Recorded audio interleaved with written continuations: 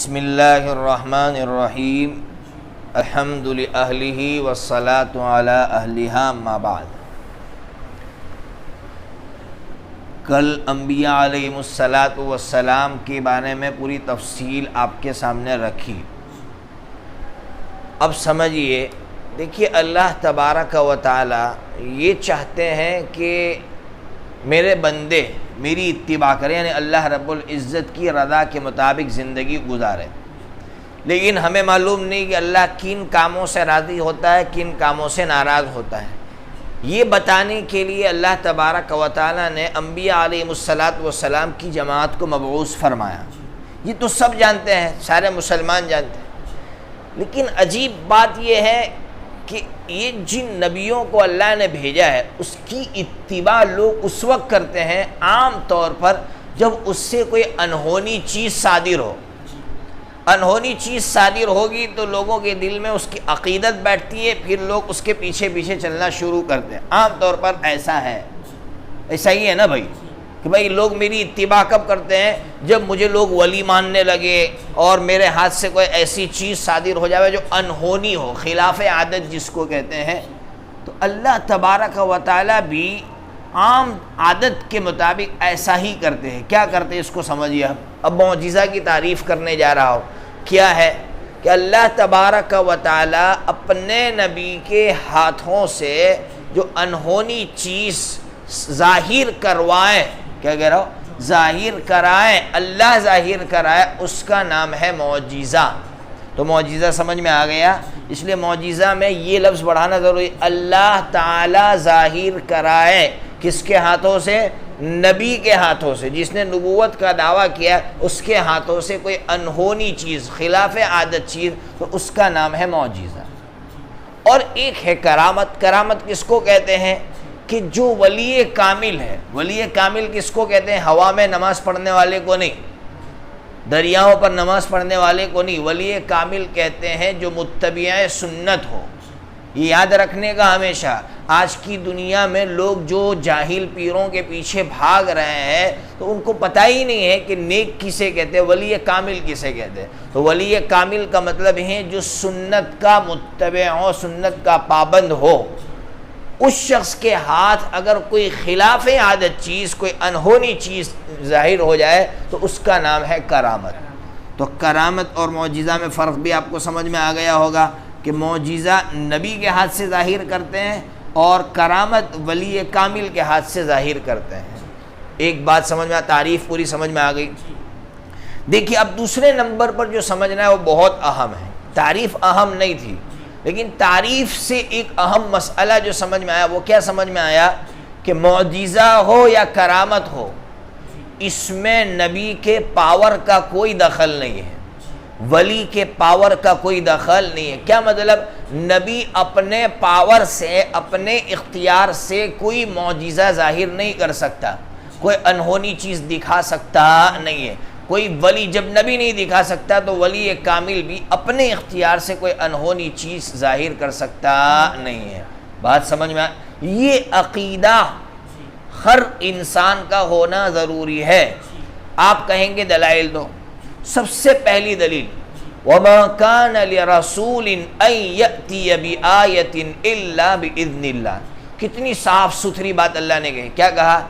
کسی رسول کے اندر یہ طاقت نہیں ہے کہ وہ کوئی نشانی لا سکے، الا باذن اللہ، مگر اللہ کے حکم سے۔ اللہ حکم دے، اللہ چاہے تو وہ نشانی دکھا سکتا ہے، ورنہ وہ نشانی دکھا سکتا نہیں ہے۔ بات سمجھ۔ حضرت عیسیٰ علیہ السلام کا جو معجزہ قرآن نے بیان کیا ہے، وَتُبْرِئُ الْأَكْمَحَ وَالْأَبْرَصَ وَأُحْيِي الْمَوْتَى بِإِذْنِ اللَّهِ۔ دیکھیے وہاں بھی اللہ تعالیٰ نے یہ کہا کہ عیسیٰ خود سے یہ چیزیں ظاہر نہیں کر سکتے تھے، بِإِذْنِ اللَّهِ، اللہ کے حکم سے کرتے تھے۔ تیسری دلیل سبحان الذی اسریٰ بعبدہ لیلا من المسجد الحرام۔ اللہ تعالیٰ فرما رہے پاک ہے وہ ذات جو ذات لے گئی اپنے بندے کو۔ کون لے گیا؟ اللہ۔ اللہ تعالیٰ نے اپنی طرف نسبت کر کے ہمارا عقیدہ درست کروایا کہ نبی پاک صلی اللہ علیہ وسلم اپنے اختیار سے اتنا بڑا سفر کر سکتے نہیں۔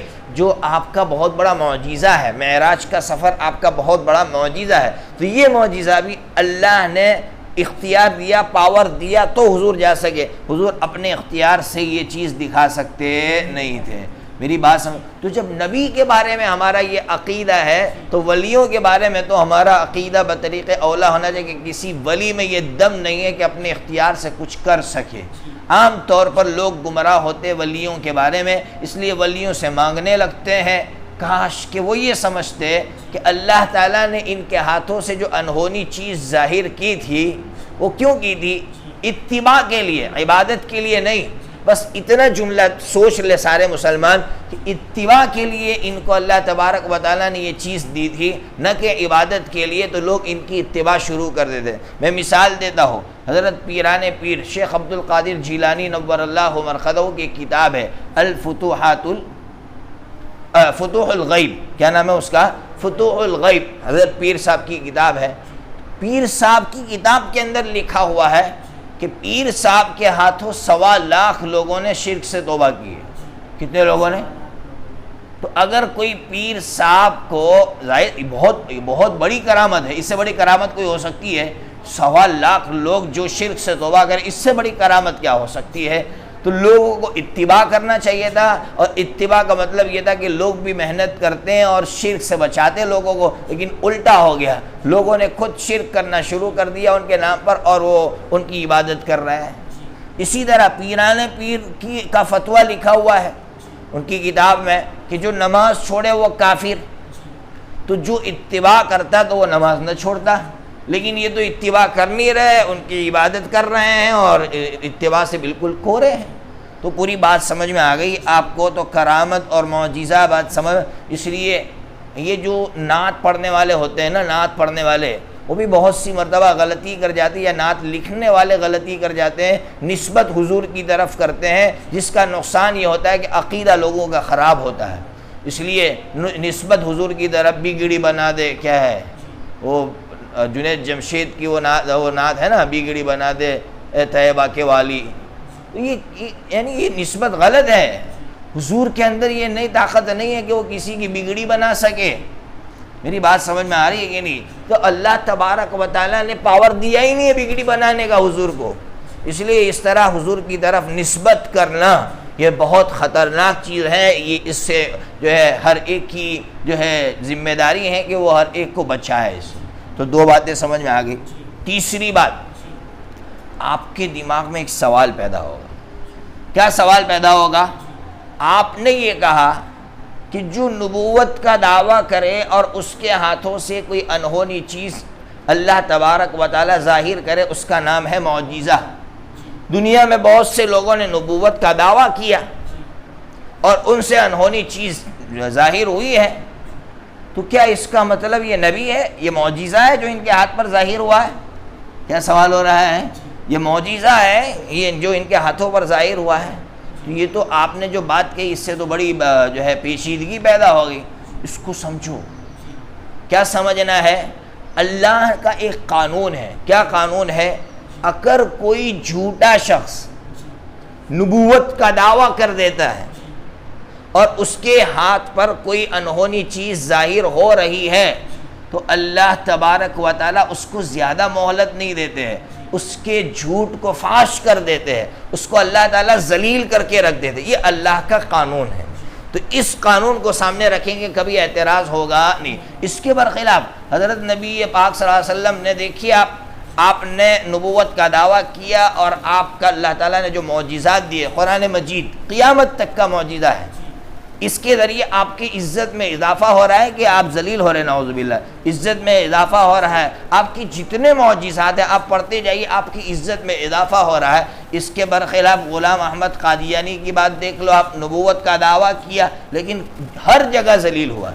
بات سمجھ میں آ رہی کیا کہہ رہا ہو؟ ہر جگہ آپ اس کے واقعات پڑھتے جائیے۔ تو میں نے آپ کو یہ ضابطہ بتایا، سمجھ میں آ گیا اللہ کے یہاں یہ ضابطہ ہے۔ اس لیے کبھی بھی یہ بات دماغ میں نہیں آنی چاہیے کہ آپ نے کہا تھا کہ جو نبوت کا دعویٰ کرے اور اس کے ہاتھ جو ہے خلاف عادت کوئی چیز ظاہر ہو تو یہ معجزہ ہے۔ تو ایسا تو دنیا میں ایسا کبھی نہیں ہوتا، ہوگا تو اللہ کبھی مہلت نہیں دیں گے۔ اس کو کہتے استدراج، اللہ رسی ڈھیلی کر رہے، پھر ایک دن ایسی کھینچتے ہیں اللہ تبارک و تعالیٰ کہ وہ ذلیل و خوار ہو کر رہ جاتا ہے۔ تو معجزہ اور کرامت کی پوری بحث اچھی طرح سمجھ میں آ گئی۔ اب ایک بحث رہ جاتی ہے، وہ ہے انبیاء علیہ الصلوۃ والسلام معصوم ہے یا معصوم نہیں ہے۔